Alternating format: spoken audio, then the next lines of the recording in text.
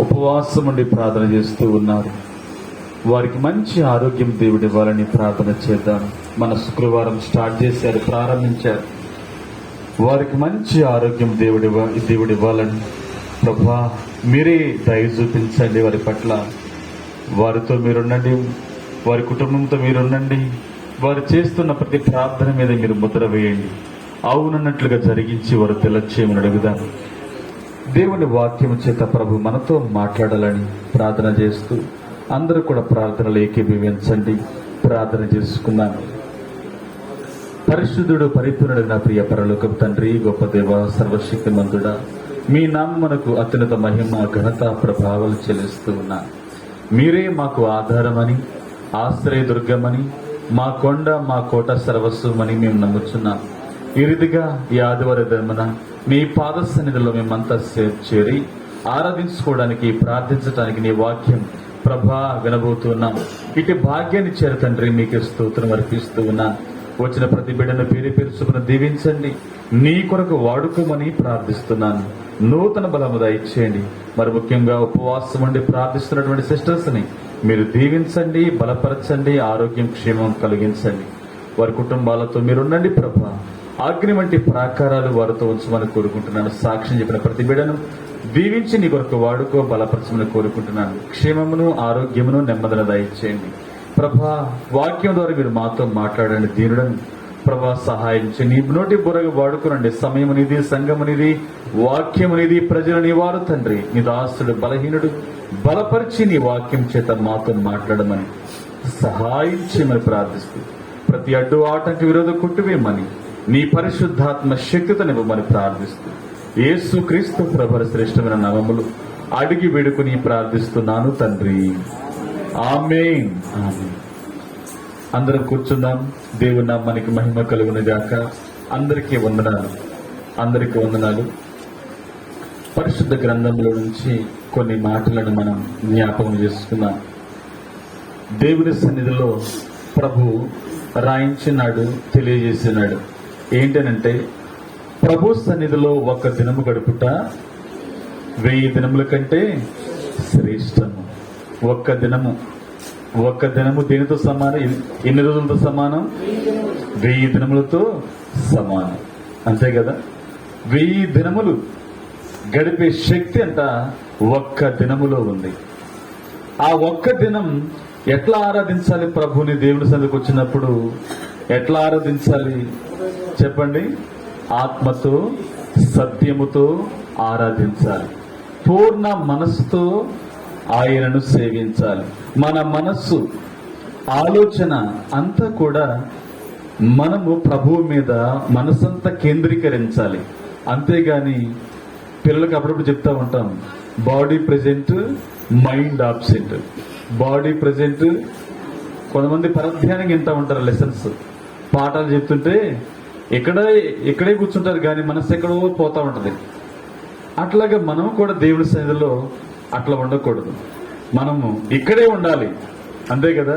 ఇక్కడే ఉండాలి. మన మనస్సు కూడా ఇక్కడే ఉండాలి. మన శరీరం ఇక్కడుండి మనసు ఎక్కడో పోయిందనుకో మనకి ఏమీ అర్థం కాదు. అన్నా ఇటనండి లాస్ట్. మన మనస్సు అంతా కూడా ఇక్కడే ఉండాలి. అప్పుడే ఒక్క దినం 1000 దినాల కంటే శ్రేష్టంగా ఉంటుంది. అర్థం కాదు లేకపోతే. దేవుని సన్నిధిలో గడపటం అనేది, మరి దేవుణ్ణి ఆత్మతో, సత్యంతో ఆరాధించడం అనేది మనము రుచి చూడాలి. దేవుడు ఎంత గొప్పవాడో రుచి చూస్తే గానీ అర్థం కాదు. అంతే కదా? గులాబ్ జామ్ రుచి చూస్తే గులాబ్ జామ్ యొక్క తీపి తెలుస్తుంది. కాకరకాయ రుచి చూస్తే కాకరకాయ యొక్క చేదు మనకు అర్థం అవుతుంది. అంతే కదా? ఏ పండు తింటే ఆ పండు యొక్క రుచి మనకు తెలుస్తుంది. అంతేనా? అట్లాగే ప్రభుని ఆరాధిస్తుంటే, సేవిస్తుంటే, ఆయన వాక్యం మన హృదయ లోతుల్లో పెట్టుకుంటా ఉంటే అప్పుడు అర్థమవుతుంది దేవుని యొక్క గొప్పతనం ఏంటో. ఏ విధంగా ఆయన మార్పు తీసుకురాగలడో, ఏ విధంగా మనలో ఒక మంచి మనసును తీసుకురాగలడో, ఏ విధంగా మన యొక్క స్వభావాన్ని మార్చగలడో మనము ఆయనను ఆరాధించడం ద్వారా మనకు అర్థమవుతుంది. ఆయనను సేవించడం ద్వారా మనకు అర్థమవుతుంది. ఆయనతో సంబంధం పెట్టుకోవడం ద్వారా మనకు అర్థమవుతుంది. లేకపోతే అర్థం కాదు. అర్థం కావాలి అని అంటే మనము, మన ఆత్మ, మన మనస్సు అన్నీ కూడా ఇక్కడే ఉండాలి. పక్కన ఏం జరుగుతున్నట్టు చూడకూడదు. అవునా కదా? ఏం జరుగుతున్నా అటు ఇటు చూడకుండా దేవుని వాక్యం మీదే మనస్సు పెట్టాలి. అప్పుడే నీకు చాలా విషయాలు దేవుడు బోధిస్తాడు. నీ అంతరంగములు దేవుడు మాట్లాడతాడు. నీ ఆత్మకు దేవుని ఆత్మ చేదోడై కలిసి దేవుడు నీకు బోధిస్తాడు. ప్రభు అన్నాడు, నేను నీకు ఉపదేశం చేస్తాను, నీవు నడవలసిన త్రోవను నడిపిస్తాను. దేవుడు ఎట్లా ఉంటాడంట? ఉపదేశిగా ఉంటాడంట.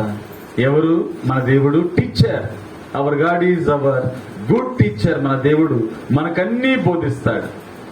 ఒక పిల్లవానికి టీచర్ అన్నీ బోధించినట్లుగా వాళ్ళైనా అన్ని బోధిస్తారో లేదో తెలియదు, కానీ టీచర్స్ అన్ని బోధిస్తారా? బోధించలేరు. కానీ యేసయ్య మాత్రం మనకు అన్నీ బోధిస్తాడు, మనకన్నీ నేర్పిస్తాడు.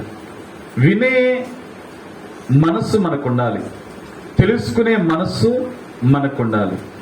ధ్యాస, ఆలోచన మనకున్నప్పుడే ఇదంతా సాధ్యమవుతుంది. దేవుని వాక్యంలోకి వెళదాం.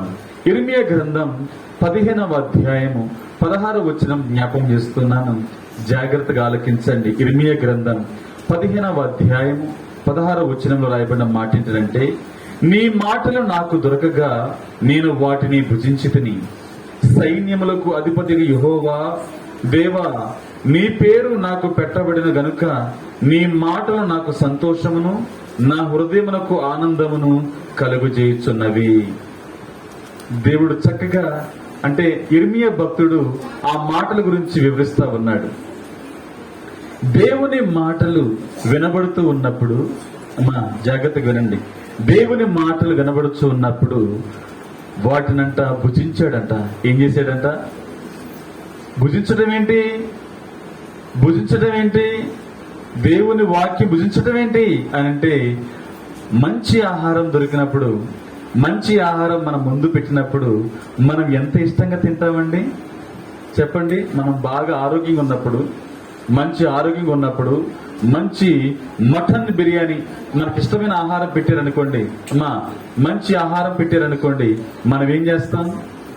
అలా చూస్తూ ఉండిపోతామా? అలా చూస్తూ ఉంటామా? చూడంగా ఏం చేస్తాం?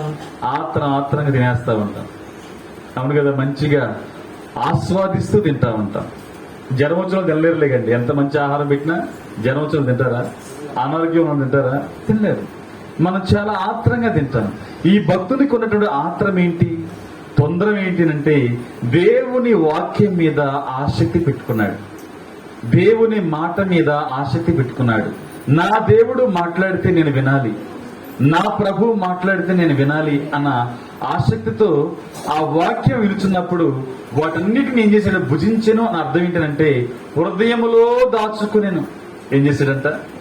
హృదయములో దాచుకుని అని అర్థం అది. అంతేకాదు, నీ పేరు నాకు పెట్టబడిన గనుక నీ మాటలు నాకు సంతోషమును. అది దేవుని మాటలు వింటేనంట సంతోషం అంట. చెప్పండి ఏంటి? చెప్పండి. దేవుని మాటలు మనకి ఏం కలిగి చేస్తాయి?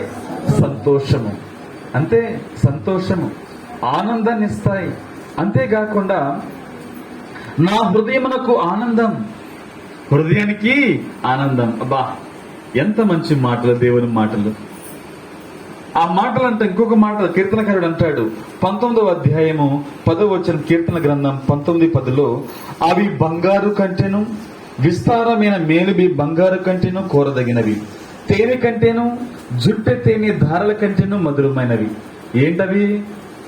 ఏంటవి? దేవుని మాటలు. దేవుని యొక్క మాటలంట జుంటె తేనె ధారల కంటే మధురమైనది. అంతేకాదు, బంగారం కంటే, వెండి కంటే, ఈ లోకంలో విలువైన వాటన్నిటికంటే దేవుని వాక్యం ఎంతో శ్రేష్టం. ఎంతో శ్రేష్టమైన వాక్యం. దేవుడు మాట్లాడే ప్రతి మాట ఎంతో శ్రేష్టం. మీకు అనిపిస్తుందా దేవుని వాక్యం నాకు శ్రేష్టము, నాకు ఎంతో అవసరము, నాకు బంగారం కంటే, డబ్బు కంటే, సమస్తం ఈ లోకం అన్నిటికంటే దేవుని వాక్యమే మంచిది, ముఖ్యమని ఎంతమంది నమ్ముతున్నారు?